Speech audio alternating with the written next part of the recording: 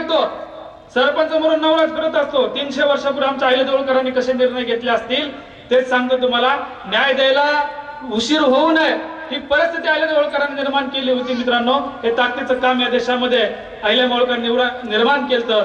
150 वर्ष या देशामध्ये इंग्रजांनी राज्य केलं. 150 वर्ष तुम्ही आम्ही पारतंत्र्यामध्ये होतो.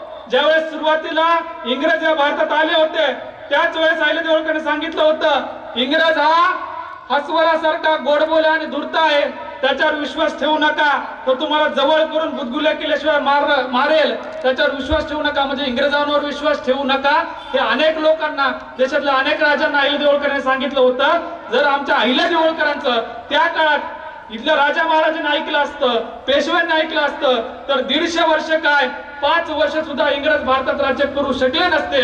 एवढं आमच्या अहिल्यादेवी होळकरांचं महत्व आहे. मित्रांनो, लक्षात घ्या, हे ताकदीचं काम अहिल्यादेवी होळकरांनी उभं केलं. बघा, पानिपत युद्धानंतर जशी लॉकडाऊन मध्ये या देशाची परिस्थिती झाली ना, बऱ्याच जणांना खायला नव्हतं, बऱ्याच जणांना घर नव्हतं, बऱ्याच लोकांचे उद्योगधंदे गेले. तिसऱ्या पानिपत युद्धामध्ये मराठ्यांचा पराभव झाला. 1761 तिसरं पानिपतचं युद्ध. पानिपत युद्धानंतर या देशाची परिस्थिती अत्यंत वाईट झाली होती. हा देश बुडतो की काय अशी परिस्थिती निर्माण झाली होती. त्यावेळेस या देशाला सावरायला कोण आला असेल तर आमच्या अहिल्यादेवी होळकर आल्या. त्या पानिपतच्या पठारावर जेवढे आमचे लोक मरण पावले होते तिथं अहिल्यादेवी होळकर गेल्या. त्या दिल्लीच्या बादशाहाला सांगितलं, म्हणाल्या या पठारावर मरण पावलेले सगळे माझे गणगौत आहेत, सगळे माझे भाऊ आहेत, त्या सगळ्यांचे अंतिम संस्कार पानिपतवर मरण पावलेल्या सगळ्या सैनिकांचे अंतिम संस्कार आमच्या अहिल्यादेवी होळकरांनी केले. ज्या सैनिकांच्या महिला विधवा झाल्या होत्या त्या विधवांचे पुनर्विवाह लावण्याचं काम आमच्या अहिल्यादेवी होळकरांनी केलं. एवढंच नाही, जे पानिपतच्या युद्धामध्ये मरण पावले होते सैनिक, त्यांचे जे मुलं होते, जे तरुण होते, बेरोजगार होते, त्या प्रत्येकाला गायींचं, म्हशींचं, जनावरांचं वाटप केलं. त्यांच्या रोजगाराची व्यवस्था अहिल्यादेवी होळकरांनी केली. आणि हा देश जो बुडणार होता या देशाला बुडण्यासाठी वाचवला बुडताना अहिल्यादेवी होळकरांनी. आज तुम्ही आम्ही जे गुन्ह्या गोविंदाने या देशामध्ये राहतोय हे अहिल्यादेवी होळकरांचे उपकार आहेत, हे तुम्ही आम्ही लक्षात घेतलं पाहिजे. मित्रांनो, एवढं ताकदीचं काम अहिल्यादेवी होळकरांनी केलंय. आजही इतिहासामध्ये महादजी शिंदेचं एक पत्र उपलब्ध आहे. महादजी शिंदे अहिल्यादेवी होळकरांना पत्र पाठवतात. ते म्हणतात, बाई साहेब, आई साहेब, पानिपत युद्धानंतर मी प्रचंड आर्थिक तणावामध्ये आहे, मला मदतीची आवश्यकता आहे असं शिंदे म्हणतात. त्यावेळेस अहिल्यादेवी होळकरांनी 50 लाख रुपयाची मदत शिंदेंना केली. 50 लाख रुपये 300 वर्षापूर्वी दिले अहिल्यादेवी होळकरांनी लोकांना. म्हणजे बघा, एवढा प्रचंड पैसा दान करणारा आमचं होळकर संस्थान किती श्रीमंत असेल. आणि म्हणून मल्हारराव होळकरांच्या समोर जी पदवी लावली जाते, श्रीमंत सुभेदार मल्हारराव होळकर, याच कारणामुळे लावली जाते की त्यांनी या देशाच्या सामान्य लोकांना भलं करण्यासाठी, तुमच्या माझ्या आयुष्यामध्ये सुख येण्यासाठी, तुमचं माझं आयुष्य सुंदर बनण्यासाठी जो पैसा खर्च केला, जे काम केलं, हे काम ताकदीचं होतं. मित्रांनो, लक्षात घ्या, प्रचंड काम होतं. पण आजपर्यंत फक्त महादेवाची पिंड हातात घेतलेला अहिल्यादेवी होळकर एवढं चित्र तुमच्या माझ्या समोर आलं. हातामध्ये भाला घेतलेल्या, हातामध्ये तलवार घेतलेला अहिल्यादेवी होळकर तुम्हाला सांगितलं नाही. मित्रांनो, 29 वर्ष राज्यकारभार करताना सांगायला अभिमान वाटेल, 29 वर्षामध्ये 1 इंच सुद्धा जमीन कुठल्याच शत्रूंना घेऊ शकले नाही. एवढं ताकदीचं पराक्रम अहिल्यादेवी होळकरांचा होता. मित्रांनो, हातामध्ये तलवार घेऊन अनेक युद्ध अहिल्यादेवी होळकरांनी केले. या पराक्रमी युद्ध जिंकणारे अहिल्यादेवी होळकर तुम्हाला समजलं पाहिजे. बघा, ज्यावेळेस मल्हारराव होळकर युद्धाला जायचे त्यावेळेस कोणत्या सैनिकाकडे कोणती जबाबदारी द्यायची, कोणत्या युद्धाला कोणत्या सैनिकाला पाठवायचं, कोणत्या ठिकाणी युद्ध करायचं, तलवारबाजी कुणाला शिकवायची, कुणाला नाही शिकवायची, भालाफेक कुणाला शिकवायचा, येणाऱ्या आजूबाजूच्या राज्यातला पत्रव्यवहार कसा असायचा, हे सगळं काम अहिल्यादेवी होळकर पाहू लागत होत्या. या काळामध्ये गोवधचा एक सुभेदार या सगळ्या कामामध्ये मल्हाररावांना अडथळा आणत होता. त्यावेळेस आपल्या हातामध्ये तलवार घेतली अहिल्यादेवी होळकरांनी आणि या गोवधच्या सुभेदाराचा खात्मा केला आणि दिल्लीकडे जाणारा राजमार्ग सुरक्षित केला. म्हणजे हातामध्ये तलवार घेऊन युद्ध जिंकणारा अहिल्यादेवी होळकर होत्या, हे तुम्हाला समजलं पाहिजे.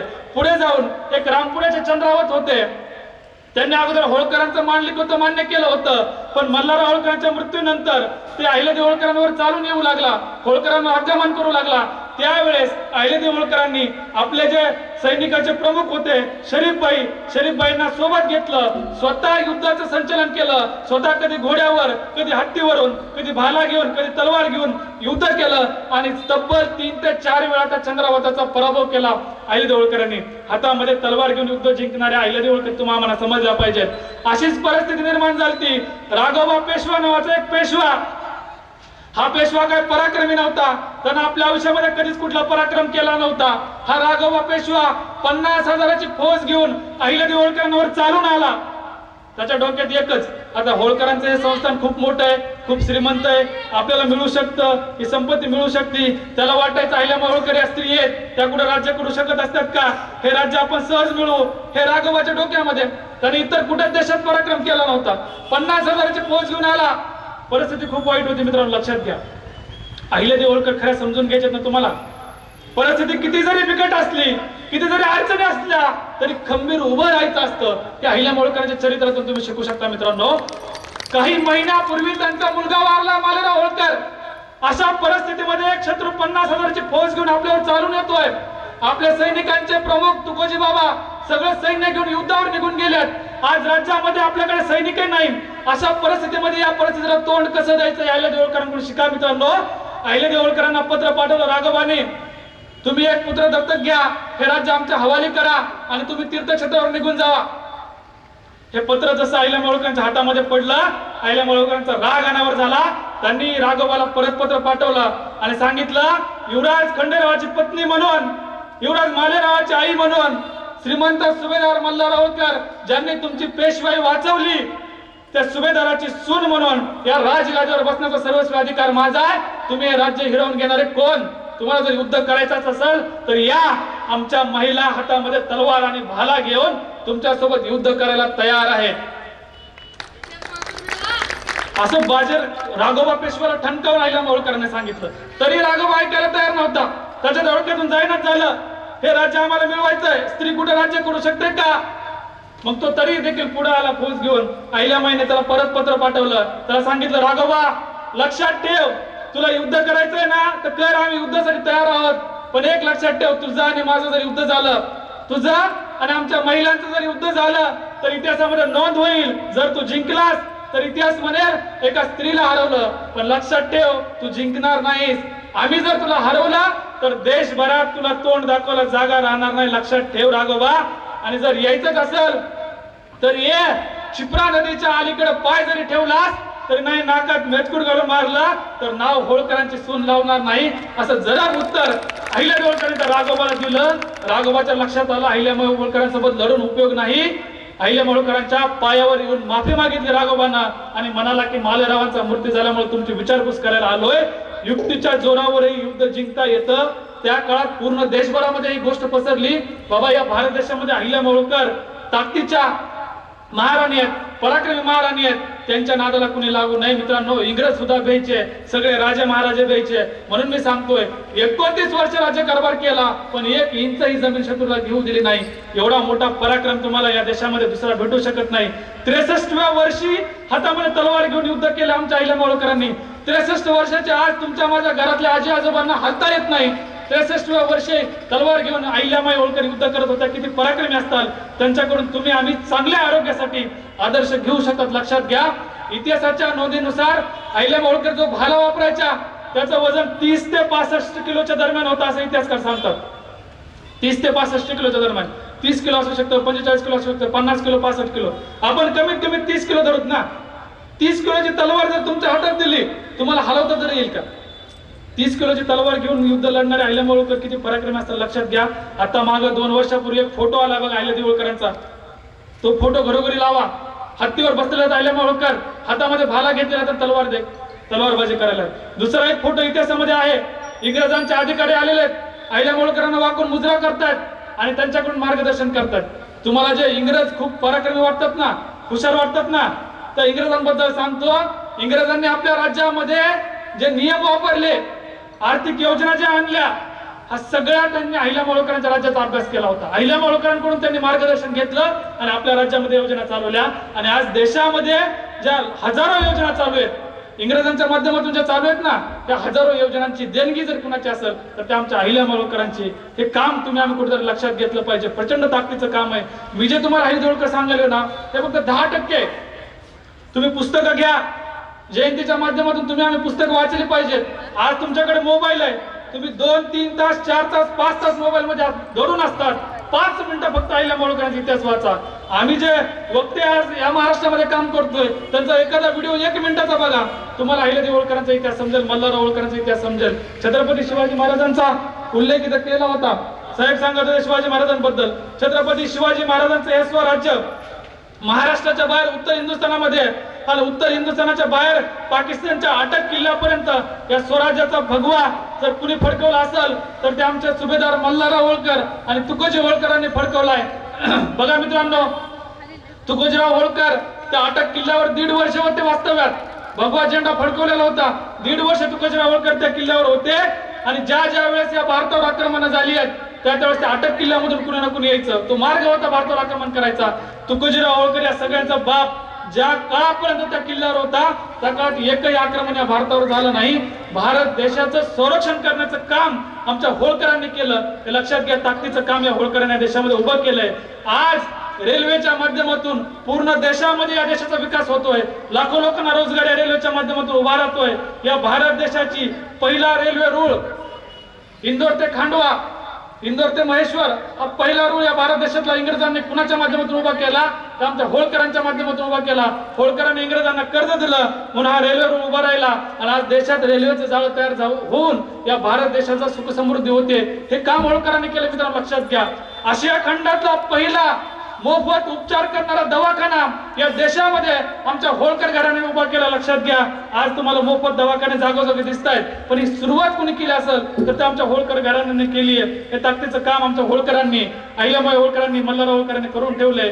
बघा, छत्रपती शिवाजी महाराजांचं पहिलं पुस्तक, इंग्रजीतलं पहिलं पुस्तक केळुस्कर गुरुजींनी लिहिलं होतं आणि हे पुस्तक देश विदेशातल्या लायब्ररीमध्ये जावं म्हणून तत्कालीन शिवाजीराव होळकरांनी पैसे दिले आणि हे पुस्तक देश विदेशामध्ये पाठवलंय. शिवाजी महाराजांचा इतिहास देश विदेशात जर कुणी पाठवला असेल तर ते आमच्या होळकरांनी पाठवलाय.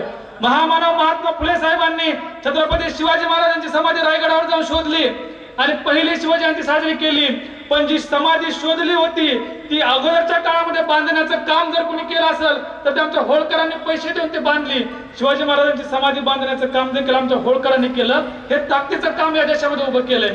आज या देशाचा राज्यकारभार ज्या संसदेमधून चालतो, तुमच्या डोक्यावरच्या केसाची तेलाची किंमत किती पाहिजे, कपड्याची किंमत किती पाहिजे, रस्ते कसे व्हायला पाहिजेत, हा राज्यकारभार संसदेच्या माध्यमातून चालतो. आमदार खासदार त्या ठिकाणी बसून निर्णय घेतात. ही संसदेची जागा आमच्या होळकरांच्या राईसोनीचा भाग आहे. होळकरांनी संसदेसाठी जागा दान दिली. या देशाचे राज्यकर्ते, हे देश चालवणारे लोक तुम्ही आम्ही आहोत. कुठेतरी लक्षात घ्या. तुमचा आमचा गौरवशाली इतिहास आहे. मित्रांनो, पुण्यावरून मुंबईला जायला रस्ता नव्हता. इंग्रजांचे लोक 6 महिने झटत होते. रस्ता तयार करायचा आहे. अनेक मोठमोठे इंजिनियर आले. पुण्यावरून मुंबईला जायचंय, रस्ता तयार करायचा आहे. मॅप लावू लागले, वेगवेगळे नकाशे लावू लागले. त्यांना रस्ता काही जमत नव्हता. हे सगळं एक धनगराचं पोरग मेंढ्या राखणारा शिंगोरोबा धनगर त्यांच्याकडे पाहत होतं आणि विचार करत होतं काय करतायत काय करतायत. हे शिंगोरोबा धनगराचं पोरग मेंढ्या राखणारं पोरग त्या इंजिनियरला म्हणाला, त्या इंग्रज अधिकाऱ्यांना म्हणाला, साहेब मी तुम्हाला रस्ता दाखवू का? ते लोक म्हणले, तुला काय कळतंय, आम्ही इंजिनियर आहे, तू मेंढ्या राखणारं पोरग, तू हो बाजूला. त्याला बाजूला केलं. परत 2-4 महिने गेले. हे लोक इंग्रज रस्ता शोधू लागले, रस्ता शोधू लागले, वेगवेगळे मॅप लावू लागले, नकाशे लावू लागले. खूप मोठे इंजिनियर आले, वेगवेगळे इंजिनियर आले, त्यांना काय रस्ता सापडत नव्हता. परत हे पोरग त्यांच्याकडे गेलं. ते म्हणलं, साहेब मी तुम्हाला रस्ता दाखवतो. आणि मग पुन्हा शिंगोरोबा धनगरांनी सांगितलं, तुम्ही माझ्या पाठीमागे सगळेजण या. मी ज्या ज्या ठिकाणी काठी टेकल त्या ठिकाणी तुम्ही एक खून करा. तो तुमचा पुण्यावरून मुंबईला जायचा रस्ता असेल. तुम्ही आजही जर मुंबईला गेलात तर तिथं शिंगोरोबा धनगराचं मंदिर आहे. तिथं लोक पैसे टाकतात 1-2 रुपये. अहो, हा शिंगोरोबा धनगर कोण होता? हा मेंढ्या राखणारा शिंगोरोबा. ज्या वेळेस इंग्रजांनी विचारलं, तू आम्हाला रस्ता दाखवलास, तुला बक्षीस म्हणून काय पाहिजे? त्यावेळेस शिंगोरोबा म्हणाला, मला पैसे नको, मला कुठलं पद नको, तुम्हाला द्यायचंच असेल तर या देशाला स्वातंत्र्य द्या. या देशाच्या स्वातंत्र्यासाठी आमचा शिंगोरोबा मिळाला तरी देखील आमच्या समाजाला माहित नाही. मित्रांनो, एवढं मोठं काम या देशामध्ये आहे. करीना रक्तबंबाळ देश मी ब्रिटिशांना तुमचा, या भारत देशाच्या तसोतसवर हक्क फक्त आमचा. फंद पितुरी बंद करा आणि या मैदानाला मेले आईचे दूध हे होळकर नाही हो प्याला, असं शाहीर ज्यांचं वर्णन आपल्या कवितेमधून आणि शाहिरामधून करतात ते यशवंतराव होळकर, या देशाचा पहिला युग पुरुष, ज्यानं इंग्रज देश या देशातून जावेत, हा भारत म्हणून स्वतंत्र व्हावा म्हणून स्वतःची प्राणाची बाजी देणारा हा यशवंतराव होळकर आमच्या धनगरांचा आणि होळकरांचा होता, तुमचा आमचा वारसदार होता. हे तुम्ही आम्ही कुठेतरी सांगायला शिकायला पाहिजे मित्रांनो. राणी लक्ष्मीबाई घराघरात पोहोचली, पण यशवंतराव होळकरांची कन्या भीमाबाई होळकर 20व्या वर्षी इंग्रजांविरुद्ध लढली, हे तुम्हाला माहित नाही. प्रचंड ताकदीचा इतिहास होळकरांचा, धनगरांचा, अहिल्याबाई होळकरांचा आहे मित्रांनो. आज वेळ झालेली आहे, आपल्याला आचारसंहितेमुळे जास्त वेळ बोलता येत नाही, त्यामुळे जास्त मी बोलणार नाही. पण हा जो मी काय थोडा इतिहास सांगितला तो तुम्ही समजून घ्या. मला तुम्हाला पुन्हा हात जोडून विनंती आहे मित्रांनो, जयंती आपण साजरी करतोय ती याच कारणासाठी की तुमचा माझा इतिहास तुमच्या माझ्या डोक्यामध्ये गेला पाहिजे.